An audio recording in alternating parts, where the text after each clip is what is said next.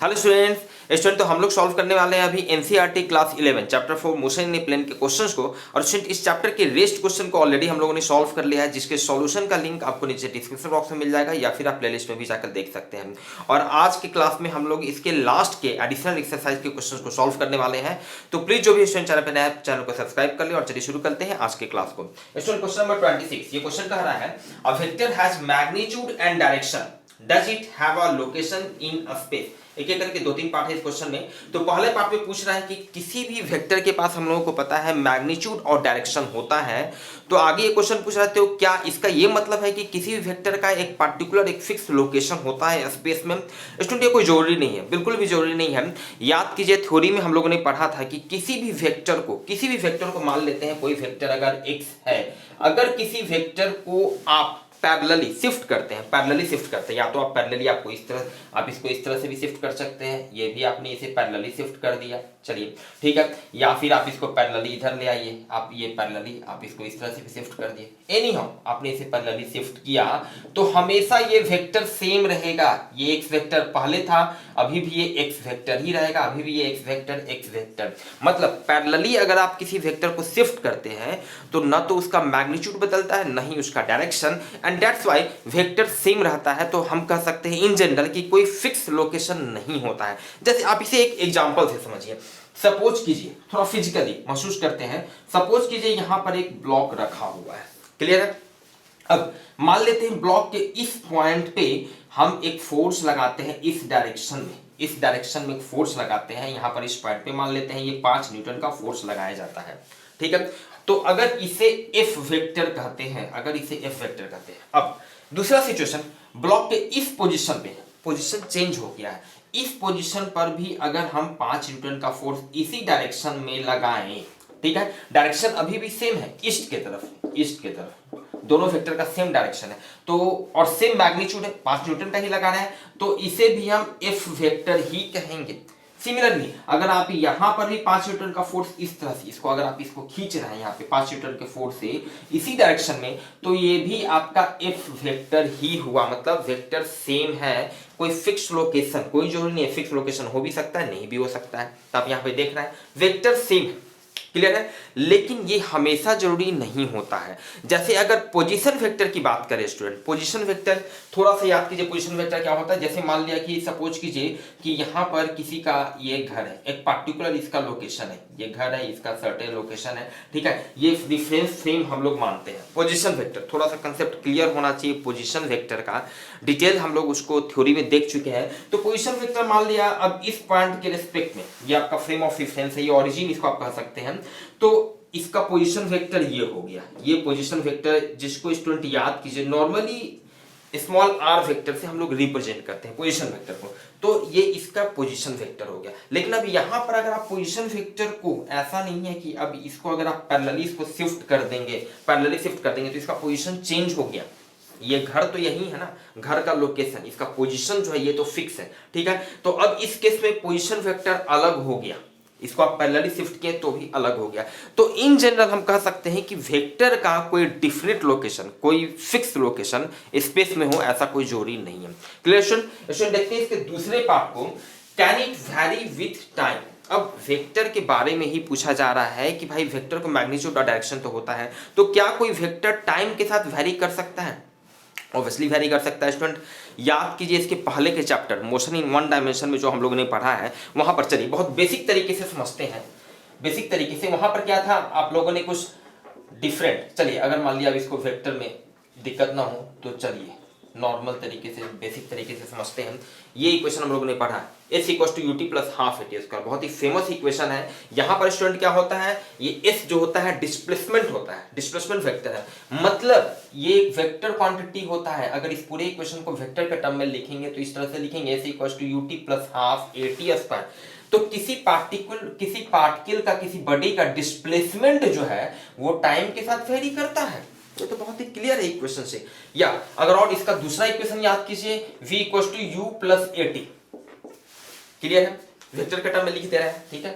आप इसको एरो का साइन हटा देंगे तो वेक्टर के टर्म में नहीं होगा, कोई प्रॉब्लम नहीं है। तो v equal to u plus a t, यहां पर v क्या होता है, फाइनल वेलोसिटी होता है, u is the initial velocity, a is the acceleration with which the particle is moving. ठीक है।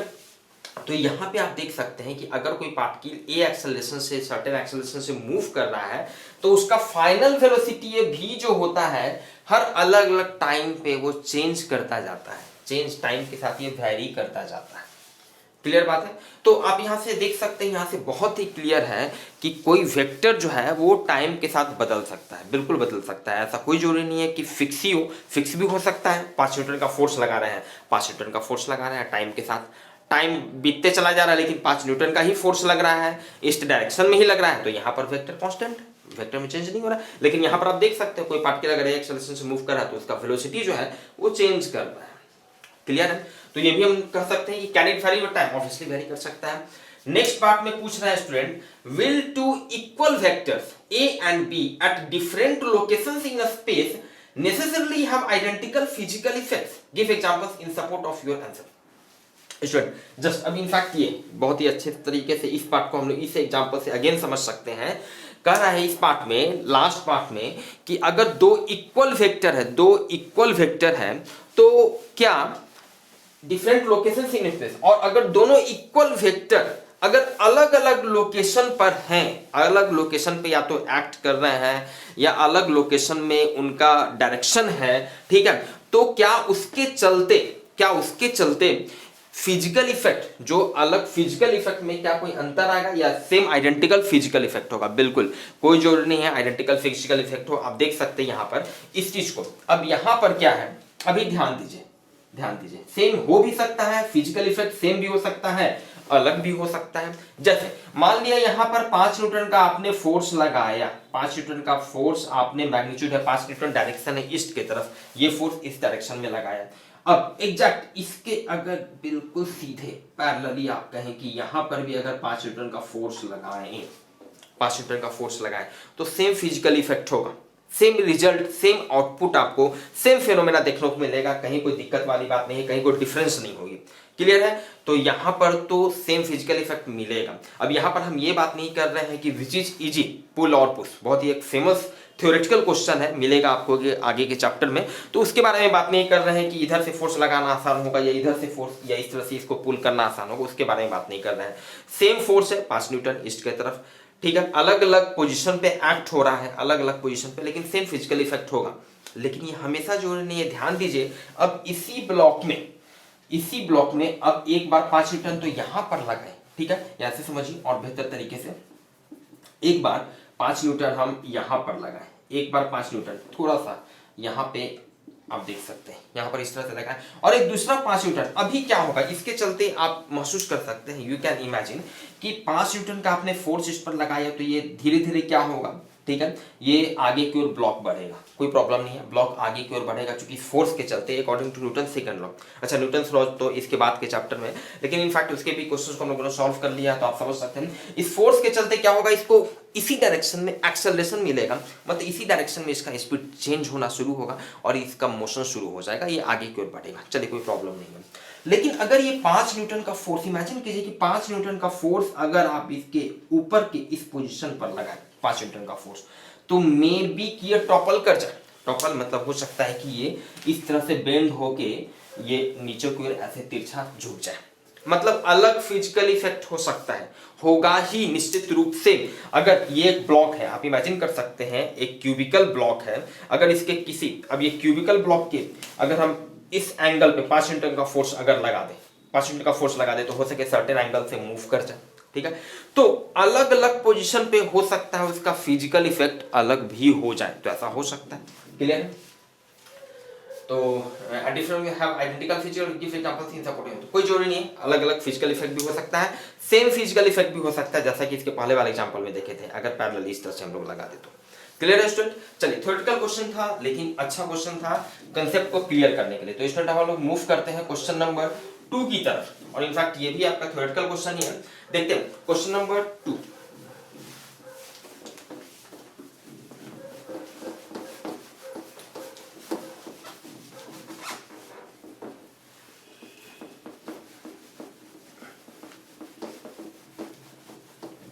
क्वेश्चन नंबर 2 में स्टूडेंट कह रहा है, a vector has both magnitude and direction, does it mean that anything that has magnitude in a direction is necessarily a vector।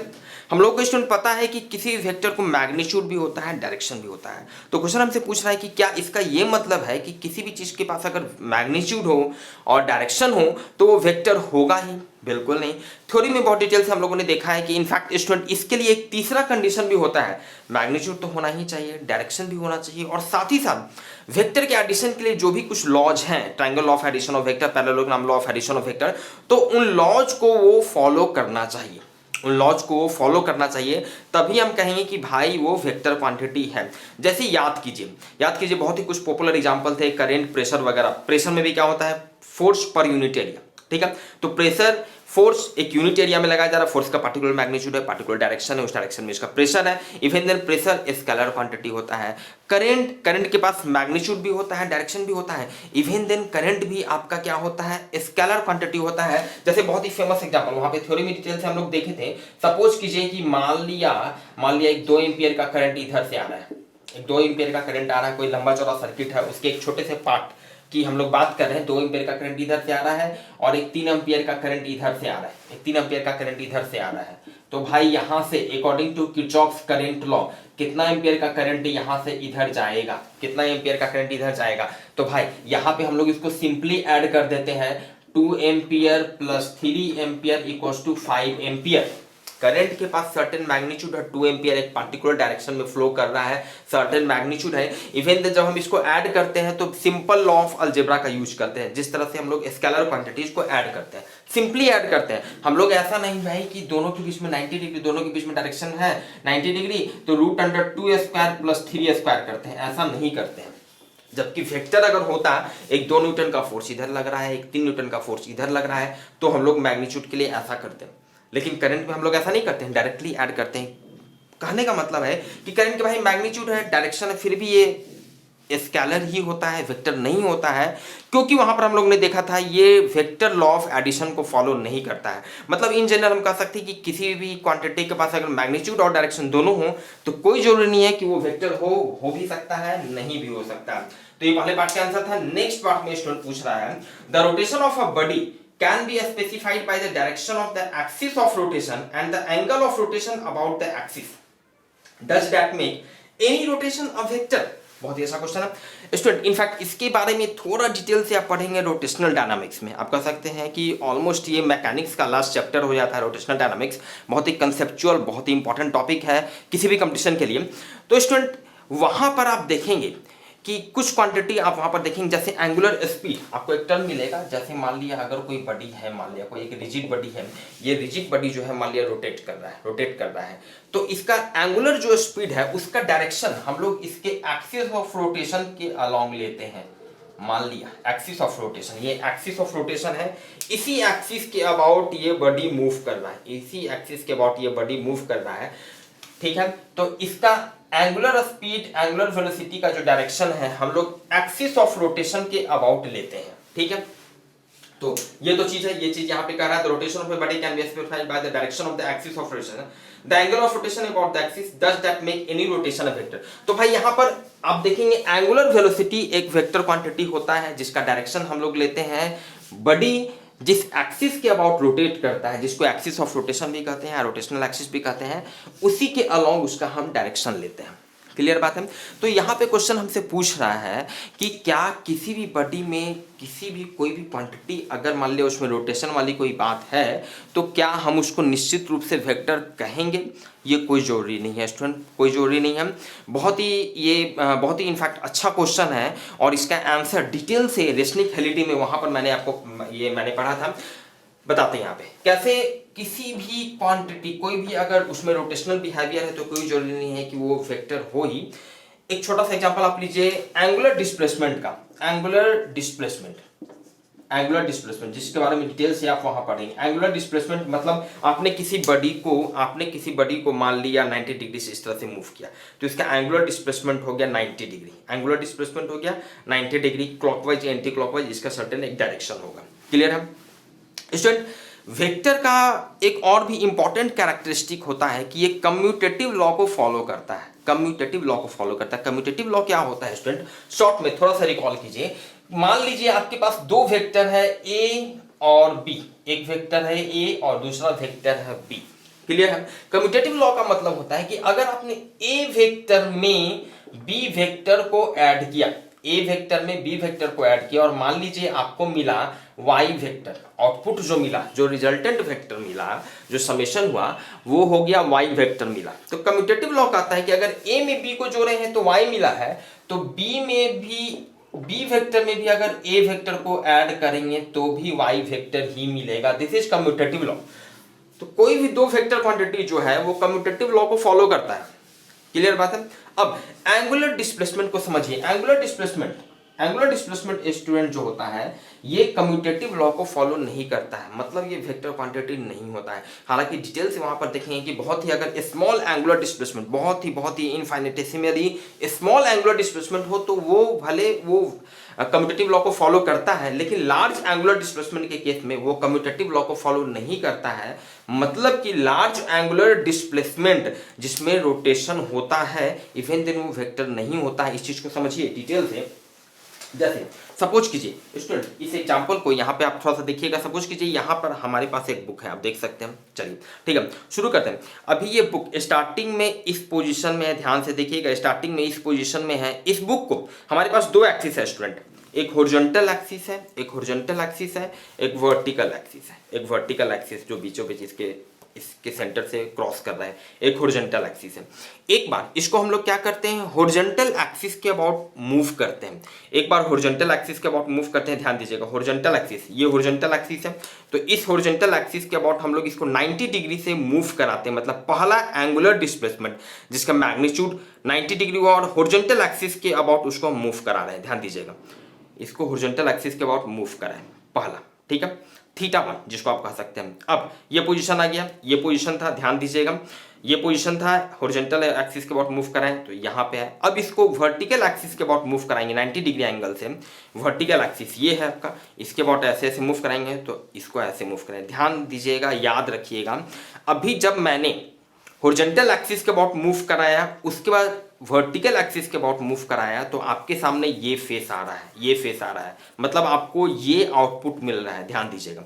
चलिए ठीक है, now दूसरा केस लेते हैं। पहले वाले केस में क्या था, पहले 90 डिग्री हॉरिजॉन्टल एक्सिस के अबाउट करवाएं, फिर वर्टिकल एक्सिस के अबाउट कराएं, पहले हॉरिजॉन्टल एक्सिस के अबाउट कराएं, फिर वर्टिकल एक्सिस के अबाउट कराएं, तो ये रिजल्ट मिला।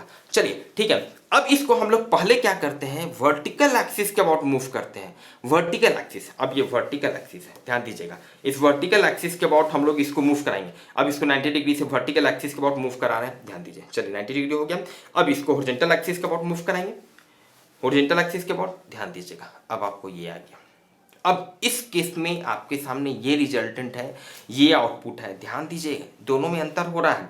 पहले केस में सेम एंगुलर डिस्प्लेसमेंट, पहली बार आपने हॉरिजॉन्टल एक्सिस के अबाउट मूव कराने के बाद जो आपको एंगुलर डिस्प्लेसमेंट मिला, उसके बाद वर्टिकल एक्सिस के अबाउट कराएं तो ये रिजल्टेंट आया था। दूसरे वाले केस में जब आप इसको वर्टिकल के अबाउट कराएं और देयर आफ्टर हॉरिजॉन्टल के अबाउट कराएं, पहले क्या था, वर्टिकल के अबाउट कराएं, फिर हॉरिजॉन्टल के अबाउट कराएं, तो आपके सामने ये फेस आ गया। मतलब अलग अलग आउटपुट मिल रहा है, मतलब ये कम्यूटेटिव लॉ को फॉलो नहीं कर रहा है भाई। जब दो एंगुलर डिस्प्लेसमेंट है, सेम मैग्नीट्यूड है, एक बार हॉरिजॉन्टल के अबाउट कराएं, एक बार वर्टिकल के अबाउट कराएं, दूसरे वाले केस में भी एक बार हॉरिजॉन्टल एक बार वर्टिकल, लेकिन जब ऑर्डर चेंज कर दिए, पहले हॉरिजॉन्टल तब बाद में वर्टिकल, तो आउटपुट कुछ अलग मिल गया।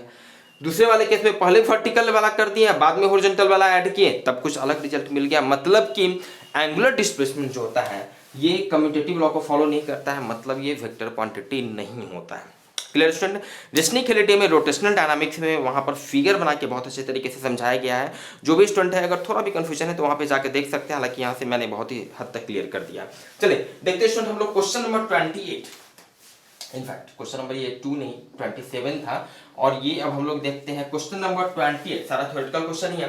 Can you associate vectors with, question का पहला पार्ट है, the length of a wire bent into a loop. किसी भी वेक्टर को, मान लिया कोई वेक्टर है, उसको आप, कोई वायर है, अगर उसको एक लूप में कन्वर्ट कर दिए तो क्या उसके साथ आप एसोसिएट कर सकते हैं? बिल्कुल नहीं एसोसिएट कर सकते हैं भाई। ये आपका एक लेंथ है, ये एक वायर है, इसको आप भले किसी भी शेप में आप इसको कन्वर्ट कीजिए, ठीक है, ये एक स्केलर है, लेंथ है, उसका लेंथ है, लेंथ एक स्केलर क्वांटिटी होता है, ये एक वेक्टर क्वांटिटी है, तो एक वेक्टर को आप स्केलर के साथ एसोसिएट नहीं कर सकते हैं, कोई समस्या नहीं है, बहुत इजी है। चलिए दूसरे वाले पार्ट में पूछ रहा है अब प्लेन एरिया, क्या किसी वेक्टर को अब एक प्लेन एरिया के साथ, प्लेन एरिया किसी भी सेट का हो सकता है, हाँ कर सकते हैं, एसोसिएट कर सकते हैं। यहाँ पे स्टूडेंट थोड़ा सा नया है, हालांकि ये क्लास 12 में आप पढ़ेंगे इलेक्ट्रोस्टैटिक्स में एरिया वेक्टर पढ़ना होता है, वहाँ पे फ्लक्स को समझने के लिए, इलेक्ट्रिक फ्लक्स को समझने के लिए एरिया वेक्टर, जिस पर अलग से काफ़ी डिटेल्स में मैंने वहाँ पर बताया है कि क्यों हम लोग एरिया को वेक्टर की तरह ट्रीट करते हैं, उसका लिंक आपको नीचे डिस्क्रिप्शन बॉक्स में मिल जाएगा, तो वहाँ भी जाके आप देख सकते हैं। 15-20 मिनट का वीडियो होगा, बेहतर हो आप देख ले तो ज़्यादा कंसेप्ट क्लियर होगा।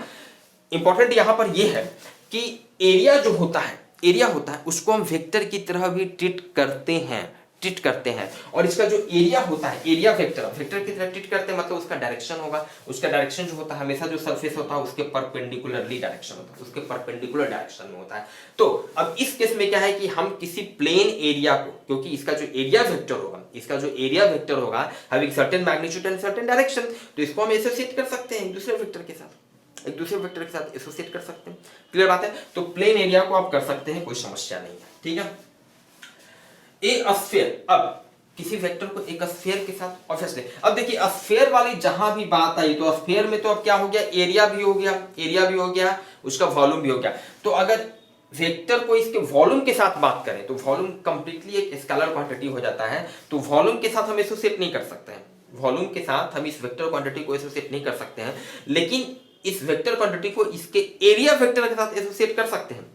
और इसका जो एरिया वेक्टर होता है किसी भी पार्टिकुलर पॉइंट पर आपको लेना हो तो हमेशा आउटवर्ड डायरेक्शन में होता है and perpendicular to that surface होता है, ठीक है। तो उस केस में इसके एरिया वेक्टर को आप उस वेक्टर के साथ एसोसिएट कर सकते हैं। तो अगेन आई रिपीट कि आपको अगर ये डाउट हो रहा है कि भाई ये प्लेन एरिया, ये यहाँ पे कैसे इसको एरिया वेक्टर कह रहे हैं, थोड़ा सा लग सकता है, बिल्कुल नया होगा मोस्ट प्रोबेबली मैक्सिमम स्टूडेंट्स के लिए, तो आप उस वीडियो को देख लें, बेहतर है 15-20 मिनट का वीडियो। चलिए स्टूडेंट देखते हैं, हम लोग मूव करते हैं क्वेश्चन नंबर 29, और यहाँ से आपका इनफैक्ट न्यूमेरिकल क्वेश्चन शुरू हो रहे हैं यहाँ से।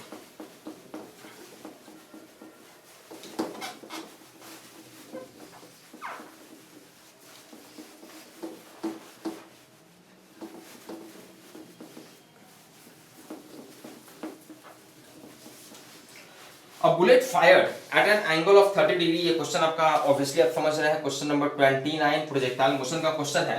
A bullet fired at an angle of 30 degree with the horizontal hits the ground 3 kilometre away। Okay, किसी बुलेट को 30 डिग्री एंगल पर जब हम प्रोजेक्ट करते हैं ग्राउंड से तो ये 3 किलोमीटर दूर तक जाता है। जब 30 डिग्री एंगल पे प्रोजेक्ट करते हैं, 30 डिग्री एंगल पे प्रोजेक्ट करते हैं तो ये कितना दूर जाता है, 3 किलोमीटर, मतलब इसका रेंज जो होता है ये होता है 3 किलोमीटर। चलिए क्वेश्चन आगे कह रहा है, by adjusting its angle of projection can one hope to hit a target 5 kilometre away. क्या इसके एंगल ऑफ प्रोजेक्शन को हम एडजस्ट करके, क्या हम किसी टारगेट को जो कि 5 किलोमीटर दूर है, जो कि इससे 5 किलोमीटर दूर है, मान लिया ये आपका यहाँ पर टारगेट है, यहाँ पर आपका टारगेट है, इस टारगेट को, ठीक है, तो 5 किलोमीटर दूर है, तो क्या इसको हम हिट कर सकते हैं, इसके एंगल ऑफ प्रोजेक्शन को चेंज करके हिट कर सकते हैं कि नहीं, ये देखना है। Assume the vertical speed to be fixed and neglect air resistance. Okay, चलिए स्टूडेंट अब मान लेते हैं, ये तो हम लोगों को पता है कि भाई 5 किलोमीटर ये जो टारगेट है ये कितना इससे दूर है, 5 किलोमीटर। तो हम लोग सबसे पहले स्टूडेंट कैसे सोचेंगे, क्वेश्चन पूछ रहा है कि 5 किलोमीटर दूर पर ये टारगेट, इसको ये जो टारगेट है इसको ये हिट कर पाएगा कि नहीं। तो हम लोग ध्यान दीजिए, याद कीजिए, प्रोजेक्टाइल मोशन में आप लोगों ने पढ़ा कि मैक्सिमम जो रेंज, कोई भी प्रोजेक्टाइल, किसी प्रोजेक्टाइल को हम कितना एंगल पर फेंकते हैं कि वो मैक्सिमम रेंज कवर करता है, तो 45 डिग्री एंगल पे किसी भी प्रोजेक्टाइल को आप अगर 45 डिग्री एंगल पे प्रोजेक्ट करेंगे 45, तो ये मैक्सिमम रेंज कवर करेगा। अब इस 45 के अलावा आप कुछ भी एंगल रखिए, जो रेंज है हमेशा उससे रेंज कम ही रहेगा। इसको आप मैथमेटिकली भी समझ सकते हैं, R इक्वल टू रेंज का फॉर्मूला होता है u square sine 2 theta by g, theta जहां पे एंगल ऑफ प्रोजेक्शन हो गया। तो 45 डिग्री के केस में ये साइन 2 इंटू 45 साइन 90 डिग्री, जो कि मैक्सिमम वैल्यू होता है साइन 90 का, और इसीलिए मैक्सिमम जो रेंज जो होता है वो कितना आपका हो जाएगा, sin 90 हो जाएगा u स्क्वायर बाई जी। ये छोटा सा रिजल्ट इनफैक्ट आपको अगर पहले से पता है तो ज़्यादा अच्छा है, ठीक है। तो ये इतना मैक्सिमम रेंज होता है, ठीक है। तो पूछ रहा है कि भाई 5 किलोमीटर डिस्टेंस पर जो टारगेट है इसको हिट करेगा कि नहीं, तो हम सबसे अच्छा चेक कर लेते हैं ना कि ये जो बुलेट जो है, ठीक है ना, इसका मैक्सिमम रेंज का जो वैल्यू है, मतलब यू स्क्वायर बाई जी का जो वैल्यू आएगा वो 5 किलोमीटर से कम है या ज़्यादा है। अगर ये यू स्क्वायर बाई जी जो कि मैक्सिमम रेंज ये कवर कर सकता है, इसका वैल्यू अगर 5 किलोमीटर से ज़्यादा आ गया, इसका मतलब ये इस टारगेट को हिट कर सकता है। लेकिन अगर इसका मैक्सिमम रेंज मतलब यू स्क्वायर बाई जी का वैल्यू ही अगर 5 किलोमीटर से कम आएगा, इसका मतलब है कि वो कभी भी टारगेट को हिट नहीं कर पाएगा। तो चलिए वो हम लोग को कहां से पता चलेगा यू स्क्वायर बाई जी का वैल्यू, बहुत ही आसान है, यहां से पता चल जाएगा। ये कंडीशन दिया हुआ है, मान लिया यू स्पीड से इसको फेंके हैं 30 डिग्री एंगल ऑफ प्रोजेक्शन पे, तो 3 किलोमीटर इसका रेंज है। मतलब हमारे पास ये फॉर्मूला होता है u square sine 2 theta by g. तो रेंज 3 किलोमीटर है। कब है range 3 kilometre, u square sine 2 जब एंगल ऑफ प्रोजेक्शन है 30 डिग्री डिवाइडेड बाई जी। यहां से 3 इक्वल्स टू यू स्क्वायर, ये sine 2 into 30 degree sine 60 degree divided by g. यहां से आप समझ सकते हैं 3 equals to sine 60 degree root 3 by 2, तो u square by g into root 3 by 2, इसीलिए यू स्क्वायर बाई जी जो कि मैक्सिमम, इसका मैक्सिमम जो रेंज हो सकता है, ठीक है, ये कितना हो जाएगा 6 by root 3, this is 2 root 3 का वैल्यू 1.731, ऑलमोस्ट इसका वैल्यू आएगा 3.5 किलोमीटर, जो कि आप समझ सकते हैं कि 5 किलोमीटर से कम है, 5 किलोमीटर से कम है।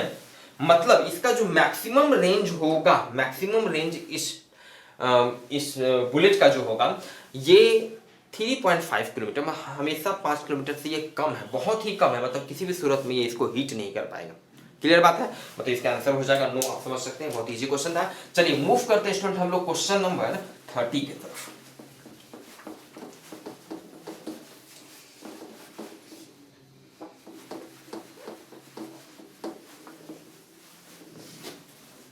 क्वेश्चन नंबर 30 स्टूडेंट, ये क्वेश्चन कह रहा है a fighter plane flying horizontally at an altitude of 1.5 km with a speed 720 km per hour passes directly overhead an anti-aircraft gun। Okay, situation कुछ इस तरह का है 30। ये इनफैक्ट आप कह सकते हैं थोड़ा पॉपुलर क्वेश्चन है और बहुत ही ओल्ड क्वेश्चन है।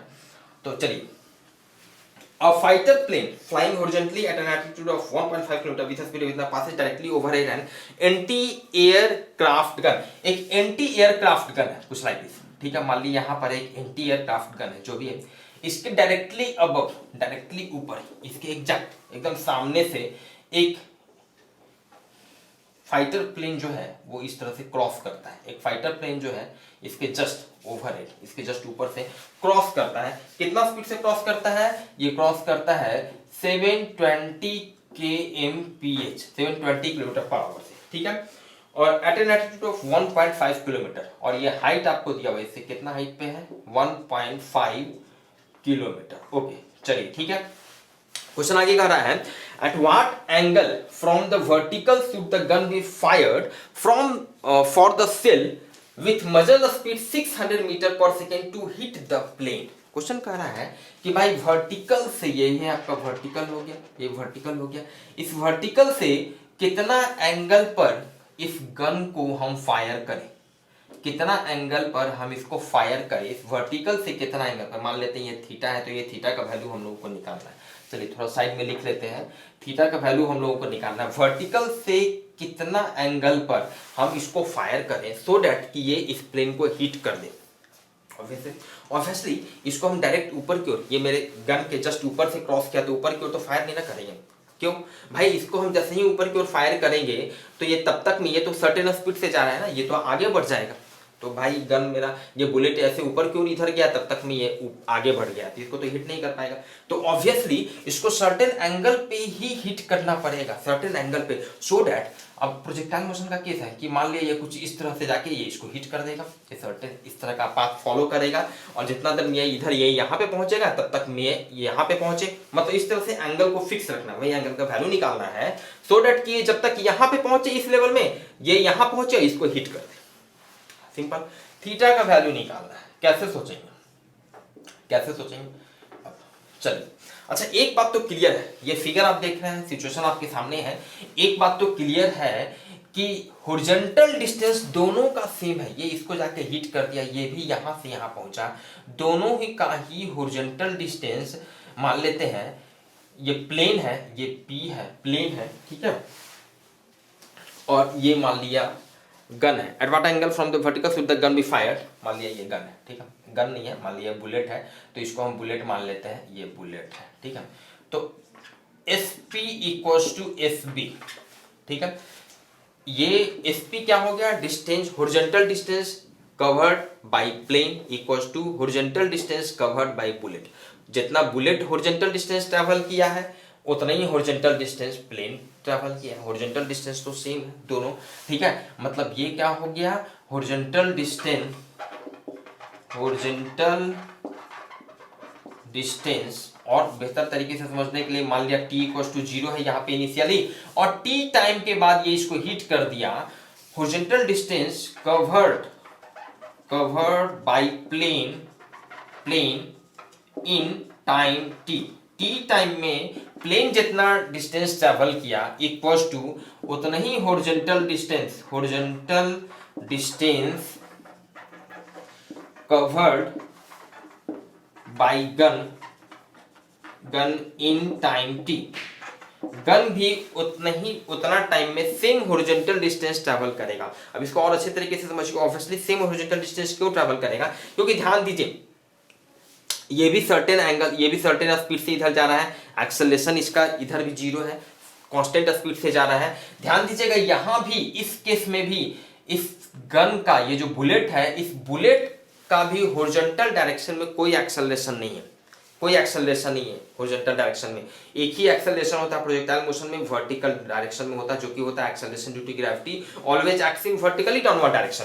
तो दोनों सेम हॉरिजॉन्टल डिस्टेंस यहाँ पे ट्रैवल कर रहा है। अब हॉरिजॉन्टल डिस्टेंस ध्यान दीजिएगा, ये प्लेन कितना ट्रैवल करेगा, तो मान लेते t टाइम में कितना डिस्टेंस ट्रैवल करेगा, 720 into t, s equals to vt, distance equals to speed into time, acceleration तो 0 है। तो यहाँ पर ध्यान दीजिएगा, थोड़ा सा हम लोगों को ये जो 720 किलोमीटर पर आवर है, इसको हम लोग कन्वर्ट कर लेते हैं मीटर पर सेकेंड में। तो इतना भाई ये मीटर हो गया, 60 इंटू 60, 3600 से डिवाइड करेंगे तो मीटर पर सेकेंड हो गया। ये 0 ये 0 ये 0 ये 0 क्रॉस हुआ, 6620, मतलब 200 मीटर पर सेकेंड। क्लियर है? तो इसका स्पीड है 200 मीटर पर सेकेंड, और इसको कितना स्पीड से हम लोग प्रोजेक्ट किए हैं, ये 600 मीटर पर सेकेंड के स्पीड से प्रोजेक्ट किया गया है, ये आपको दिया हुआ है, ध्यान दीजिएगा। तो ये हॉरिजॉन्टल डायरेक्शन में ये एंगल अगर थीटा है, तो ये हॉरिजॉन्टल से कितना एंगल बनाएगा, 90 degree minus theta, 90 degree minus theta. तो हॉरिजॉन्टल डायरेक्शन में इसका कंपोनेंट कितना हो जाएगा, इस डायरेक्शन में जो इसका कंपोनेंट होगा ये हो जाएगा 600 cos 90 डिग्री माइनस थीटा। तो प्लेन कितना डिस्टेंस ट्रेवल किया टी टाइम में, भाई 200 मीटर पर सेकेंड के कांस्टेंट स्पीड से जा रहा है, तो टी टाइम में कितना डिस्टेंस ट्रेवल करेगा, 200 इंटू टी इक्वल्स टू अब जो आपका डिस्टेंस कवर्ड बाय बुलेट कितना डिस्टेंस ट्रैवल करेगा टी टाइम में, तो हॉरिजॉन्टल डायरेक्शन में इसका स्पीड कितना है, 600 cos 90 डिग्री माइनस थीटा, तो इतना स्पीड इंटू टी। भाई हॉरिजॉन्टल डायरेक्शन में कोई एक्सेलरेशन नहीं है, ए 0 है, तो इस डायरेक्शन में हो जाएगा, इसका हॉरिजॉन्टल डिस्टेंस हो जाएगा 600 cos 90 degree minus theta into t और टी दोनों तरफ कैंसिल हो गया। Finally we have 200 equals to 600 cos 90 minus theta sine theta. यहां से आप समझ सकते हैं साइन थीटा आपका हो जाएगा 200 बाई 600 1/3, इसलिए थीटा आपका फाइनली हो गया sine inverse 1/3, sine inverse 1/3 is your answer. इतना एंगल पे इसको वर्टिकल डायरेक्शन से हिट करना होगा। क्वेश्चन नंबर 30 4.30 साइन इनवर्स 1/3, अब जो भी इसका आंसर है। चलिए अब ठीक है, आप इसको इस तरह से भी छोड़ सकते हैं, कोई दिक्कत नहीं है। क्वेश्चन आगे पूछ रहा है, at what minimum attitude should the pilot fly the plane to avoid being hit. चलिए अब ये पूछ रहा है कि भाई मिनिमम कितना हाइट पे पायलट को इस प्लेन को उड़ाना चाहिए, फ्लाई करना चाहिए, सो दैट कि ये बुलेट जो इसको हिट नहीं कर पाए। ठीक है, हिट नहीं कर पाए ऑब्वियसली, क्योंकि आपने जब इसको 600 मीटर पर सेकेंड से सर्टेन एंगल पे इसको जब प्रोजेक्ट किया गया तो ये मैक्सिमम जो हाइट जो ट्रैवल करेगा इसका सर्टेन एक लिमिटेशन होगा। और वो हाइट हम लोग कैसे निकालते हैं, कैसे निकालते हैं स्टूडेंट, याद कीजिए, ये हाइट हम लोग निकालते हैं इस फॉर्मूला से। अगर यू स्पीड से फेंका गया है और थीटा एंगल ऑफ प्रोजेक्शन है तो हाइट का फॉर्मूला होता है h = v² sin square theta by 2g। ये फॉर्मूला से हम लोग निकालते हैं, क्लियर है। तो भाई इसका हाइट हम लोग देख लेते हैं कि भाई 600 मीटर पर सेकंड से जब फेंका गया है, अब तो एंगल भी हम लोगों को पता चल गया है इतना एंगल पे, तो कितना हाइट ये ट्रैवल करेगा, ये जितना हाइट ट्रैवल करेगा उससे जस्ट उससे थोड़ा हाइट ज्यादा होना चाहिए, मिनिमम उतना हाइट होना चाहिए, उतना हाइट या उससे जस्ट ऊपर के हाइट पर अगर ये मूव करेगा तब ये इसको हिट नहीं कर पाएगा। तो वही हाइट हम लोगों को निकाल देना है, ठीक है। अब लेकिन स्टूडेंट यहाँ पर एक बात का आपको ध्यान रखना होगा, ये फॉर्मूला ध्यान दीजिएगा स्टूडेंट, ये फॉर्मूला एक्चुअल में इसमें क्या सिचुएशन होता है कि भाई अपने अगर u स्पीड से फेंका है, u स्पीड से फेंका है, एंगल ऑफ प्रोजेक्शन थीटा जो हम लोग लेते हैं वो हॉरिजॉन्टल के साथ लेते हैं, तब ये जो मैक्सिमम हाइट जो ट्रैवल किया, यही जो मैक्सिमम हाइट जो ट्रैवल किया h, यही हम लोग निकालते हैं ना, यही हम लोग निकालते हैं, ठीक है, ये फॉर्मूला। तो यहाँ पर थीटा बताना चाह रहे हैं कि थीटा जो होता है वो एंगल ऑफ प्रोजेक्शन होता है और ये एंगल हम लोग लेते हैं हॉरिजॉन्टल के साथ। तो अब यहाँ पर जो फॉर्मूला लगाएंगे ध्यान दीजिएगा, यहाँ पर एंगल ऑफ प्रोजेक्शन यहाँ हो जाएगा थीटा, नहीं कंफ्यूजन नहीं होना चाहिए, क्योंकि ये फॉर्मूला हम लोग डायरेक्ट यूज कर रहे हैं। थीटा जहाँ पे एंगल ऑफ प्रोजेक्शन है, मतलब कि angle of projectile with horizontal axis, तो angle of projectile horizontal axis के साथ क्या है 90 डिग्री माइनस थीटा। मतलब हियर यहाँ जो मैक्सिमम हाइट होगा, ये हाइट मैक्सिमम हाइट हम किसका लिख रहे हैं, मैक्सिमम हाइट हम बुलेट का लिख रहे हैं, मैक्सिमम हाइट बुलेट का लिख रहे हैं। तो ये मैक्सिमम हाइट इसका ये कितना हो जाएगा, इसको कितना स्पीड से हम फेंके हैं 600 मीटर पर सेकेंड साइन स्क्वायर थीटा, यहाँ पर थीटा एंगल ऑफ प्रोजेक्शन क्या हो जाएगा 90 डिग्री माइनस थीटा, ध्यान दीजिएगा, ये थोड़ा सा यहाँ पे ध्यान रखना है, डिवाइडेड बाई 2g, ठीक है। ये मैक्सिमम हाइट बुलेट का निकलेगा, तो भाई पायलट को मिनिमम उतना हाइट या उससे जस्ट ऊपर होना चाहिए, तब ये इसको हिट नहीं कर पाएगा। तो यही हाइट हम लोगों को फाइनली निकालना है, this is 36, okay. Now this is sine square 90 degree minus theta, मतलब ये हो जाएगा cos square theta, cos square theta. ध्यान दीजिएगा, जब आपका साइन थीटा का वैल्यू निकल चुका है, साइन स्क्वायर थीटा मतलब यहाँ से, चलिए ये तो आप समझ रहे हैं, ये इस पर्टिकुलर केस के लिए था, इसको हम हटा रहे हैं यहाँ से। नो, यहाँ से आप कॉस स्क्वायर थीटा का वैल्यू देखें, साइन थीटा इतना है, साइन स्क्वायर थीटा मतलब कितना हो गया, साइन थीटा 1/3, तो साइन स्क्वायर थीटा हो गया 1/9, 1/9, इसलिए कॉस स्क्वायर थीटा कितना हो जाएगा 1 माइनस साइन स्क्वायर थीटा, मतलब 1 माइनस 1/9, दिस इज 8/9, 8/9 हो गया कॉस स्क्वायर थीटा का वैल्यू, ये हो गया आपका कॉस स्क्वायर थीटा, ठीक है। तो कॉस स्क्वायर थीटा का वैल्यू 8/9 इंटू 2 पहले से है, जी का वैल्यू 10, दिस इज यहाँ पे इसको ये जीरो से ये जीरो कैंसिल हुआ, 9 इंटू 2 18 कॉस स्क्वायर, 1 मिनट, ये आपका 3600 कॉस स्क्वायर थीटा हो गया आपका 8/9 हो गया, ठीक है। 2g,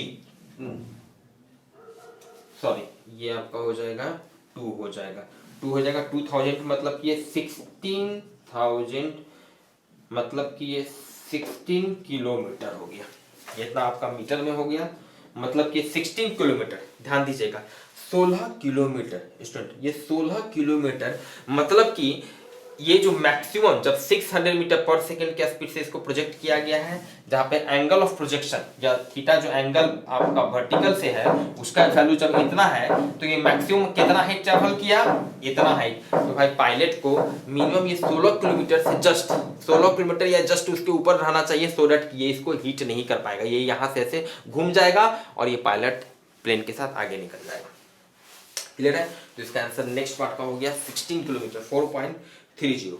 चलिए ठीक है, देखते हैं स्टूडेंट हम लोग question number 31।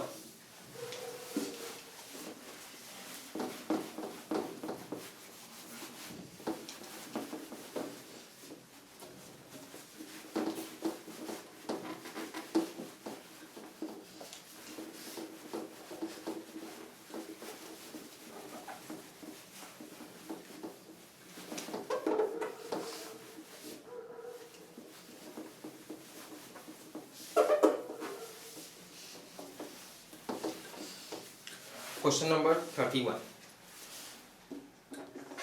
Question number 31 student, question कह रहा है अ cyclist is riding with a speed of 27 km per hour. As he approaches a circular turn on the road of radius 80 meter, he applies brakes and reduces his speed at the constant rate of 0.5 meter per second every second. What is the magnitude and direction of the net acceleration of the cyclist on the circular turn? Okay, student situation कुछ इस तरह का, जैसे suppose कीजिए कि मान लिया कोई पर्सन मान लो साइकिल चला रहा है, वो इस डायरेक्शन में मूव कर रहा है। कितना स्पीड से मूव कर रहा है? यह स्पीड आपको दिया गया है 27 kilometre per hour. This is 27 kilometre per hour. Okay, अचानक मान लेते हैं जब वो इस पॉइंट पे पहुंचता है तो इसको एक सर्कुलर टर्न कुछ इस तरह का एक सर्कुलर टर्न मिलता है।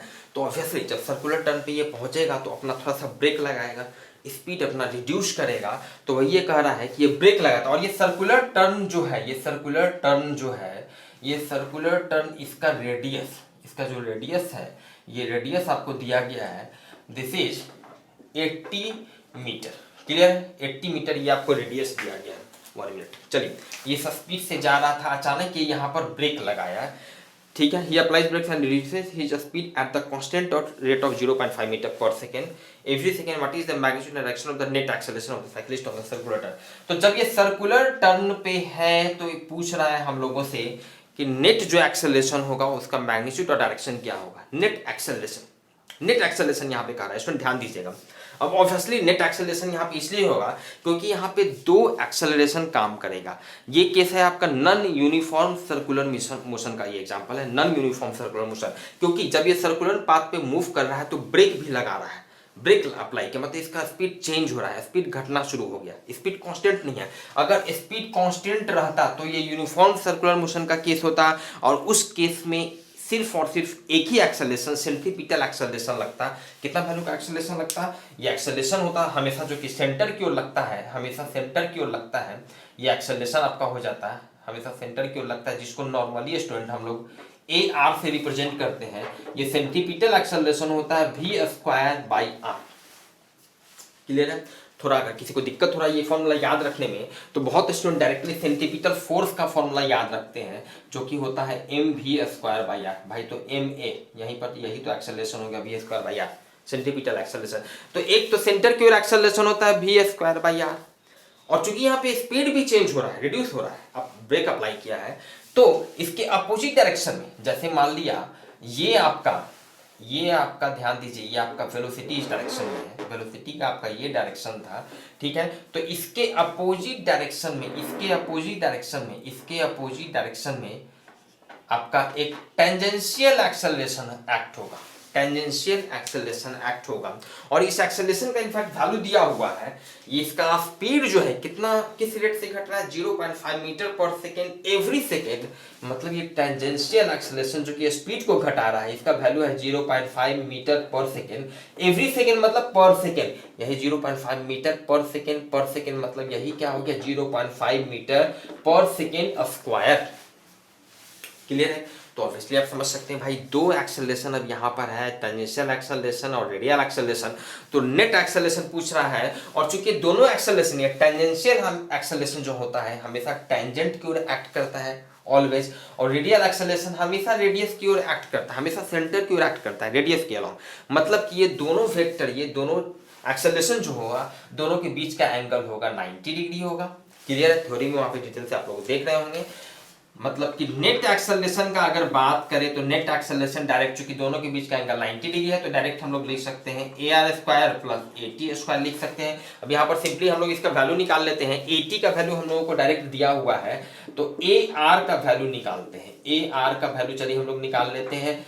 स्पीड कितना स्पीड से जा रहा था? 27 किलोमीटर पर आवर। इसको ऑब्वियसली हम लोगों को मीटर पर सेकेंड में कन्वर्ट करना होगा स्टूडेंट। दिस इज 60 × 60, ये इसको मीटर पर सेकेंड में कन्वर्ट करेंगे। 0 ये 0, this is 2 9, this is 2 3, this is 30/4, this is 7.5 metre पर सेकेंड। ठीक है। तो 7.5 मीटर पर सेकेंड स्पीड हो गया, तो रेडियल एक्सेलरेशन का value v square by R, तो 7.5 का स्क्वायर डिवाइडेड बाई रेडियस कितना है ये मीटर में आपको दिया हुआ है, दिस इज 80, मतलब इसका वैल्यू स्टूडेंट हो जाएगा, इसका वैल्यू अगर हम लोग 23 से थोड़ा कैलकुलेट करें यूजिंग कैलकुलेटर, ऑब्वियसली आपको कैलकुलेटर यूज नहीं करना चाहिए जहां तक पॉसिबल हो सके, ठीक है। And this is 7.5 into 7.5 equals to this divided by 80, sorry divided by 80 equals to 0.7, ये आपका वैल्यू स्टूडेंट आ जाता है 0.7 ऑब्वियसली वाट मीटर पर सेकेंड स्क्वायर एक्सेलरेशन, ठीक है। तो नेट एक्सेलरेशन मेरा हो जाएगा स्टूडेंट, रेडियल एक्सेलरेशन का वैल्यू आ गया 0.7 का स्क्वायर प्लस टेंजेंशियल एक्सेलरेशन आपका आ गया 0.5 का square, this is 0.49 plus this is 0.25, this is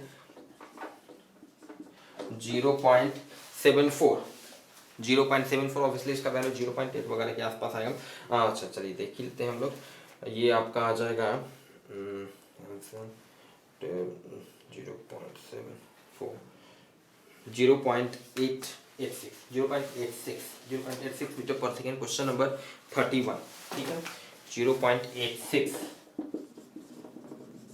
metre पर सेकेंड स्क्वायर, ये आपका नेट एक्सेलरेशन निकल गया स्टूडेंट। चलिए, और इसकी डायरेक्शन की बात करें तो ऑब्वियसली आप समझ सकते हैं इसका डायरेक्शन कहीं इन दोनों के बीच में होगा, मान लेते हैं यही आपका नेट एक्सेलरेशन है, नेट एक्सेलरेशन है, ये रेडियल एक्सेलरेशन, टेंजेंशियल एक्सेलरेशन, और मान लेते हैं अगर ये थीटा एंगल बना रहा है, थीटा एंगल बना रहा है तो बहुत ही बेसिक समझ सकते हैं, बहुत बार हम लोगों ने इस तरह के काम किया है। तो tan थीटा इक्वल्स टू क्या हो जाएगा, tan theta is right angle triangle में AR divided by 80, AR divided by 80, AR radial acceleration का वैल्यू है 0.7 divided by 0.5, this is 7/5, this is 1.4, इसलिए theta equals to tan inverse 1.4, और जिसका value in fact आपको ऑलमोस्ट आ जाएगा 54.5 डिग्री के आसपास, 54.5 degree.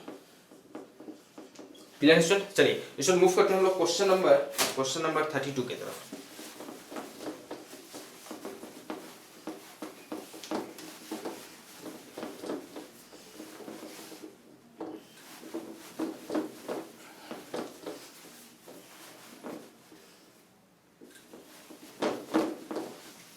Question number 32 student, question कर रहा है शो दैट, इस क्वेश्चन का दो पार्ट है, आप देख सकते हैं।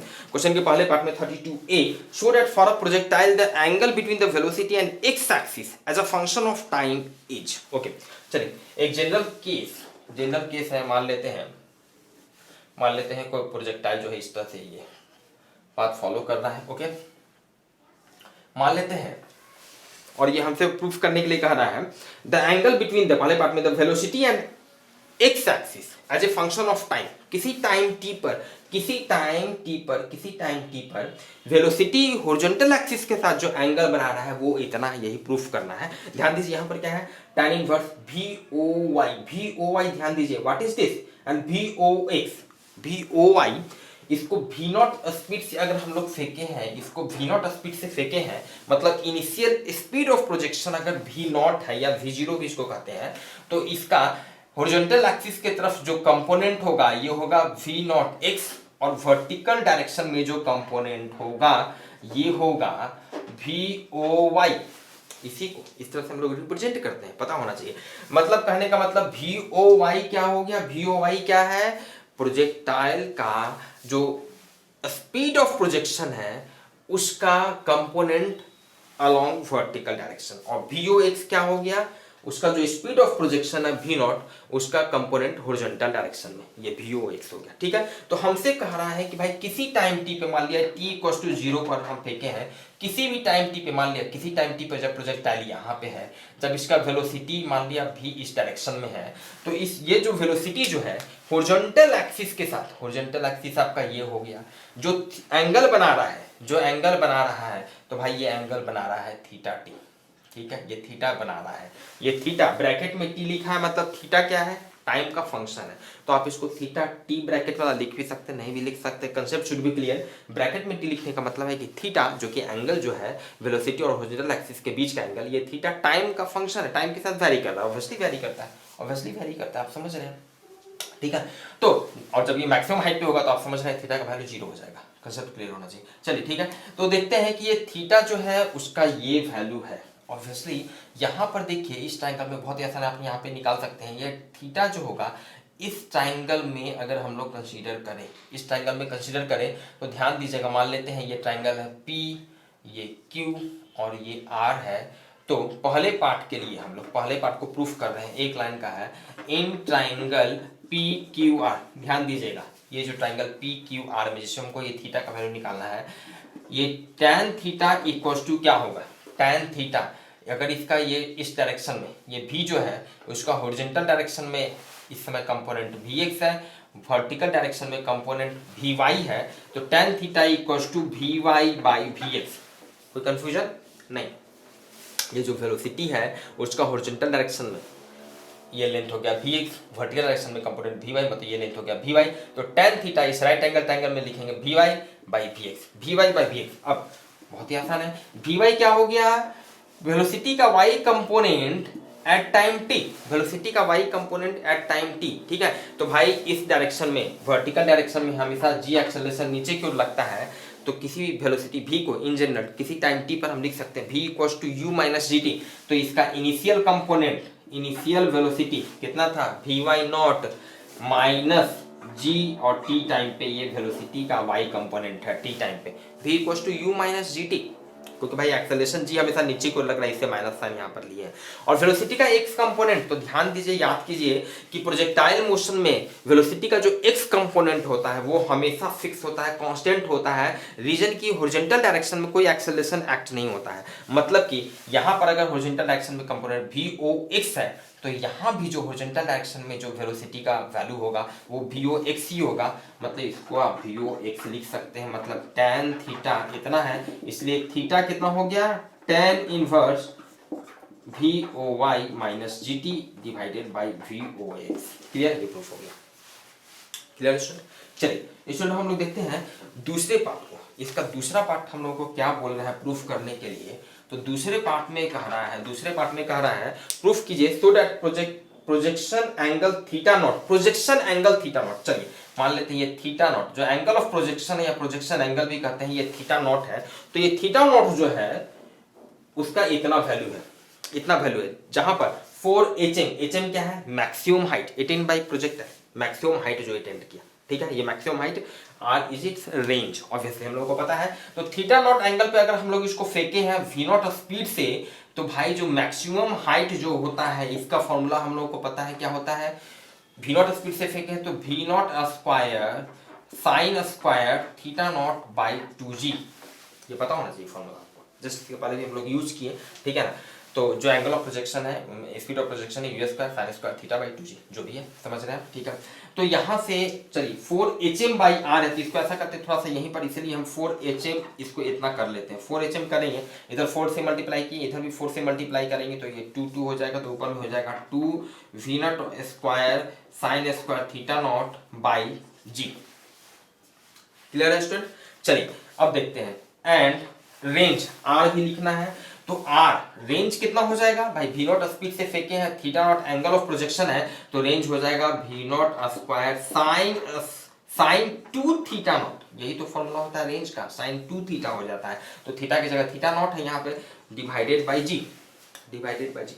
तो अब बहुत ही आसान है, 4 का वैल्यू पता है, आर का वैल्यू पता है, हम लोगों को ये प्रूफ करना है कि थीटा नॉट इक्वल टू इतना है, तो ऐसा करते हैं कि 4 बाई आर, 4 बाई आर का वैल्यू निकालते हैं, थोड़ा सा आसानी यहाँ से लग रहा है, इसलिए 4 बाई आर का वैल्यू कितना होगा, ध्यान दीजिएगा 4 का वैल्यू इतना है, आर का वैल्यू इतना है, ये टोटल डिवाइडेड बाई ये टोटल करेंगे तो जी से जी कैंसिल होगा, जी से जी कैंसिल होगा, ऊपर में आपका हो जाएगा 2 v not square sine square theta not, नीचे में ये वी नॉट स्क्वायर से वी नॉट स्क्वायर भी कैंसिल होगा, फाइनली आपके पास बचेगा, क्या बचेगा, 2 sine square theta not divided by sine 2 theta not.